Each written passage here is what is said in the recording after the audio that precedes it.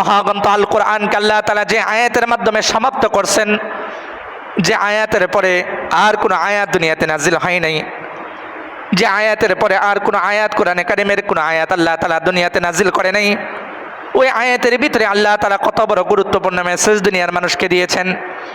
ওই আয়াতের ভিতরে আল্লাহ তাআলা বলেন, ওয়াত্তাকু ইয়াওমান তুরজাউনা ফীহি ইলাল্লাহ সুম্মা তুওয়াফা কুল্লু নাফসিম মা কাসাবাত ওয়া হুম লা ইউযলামুন।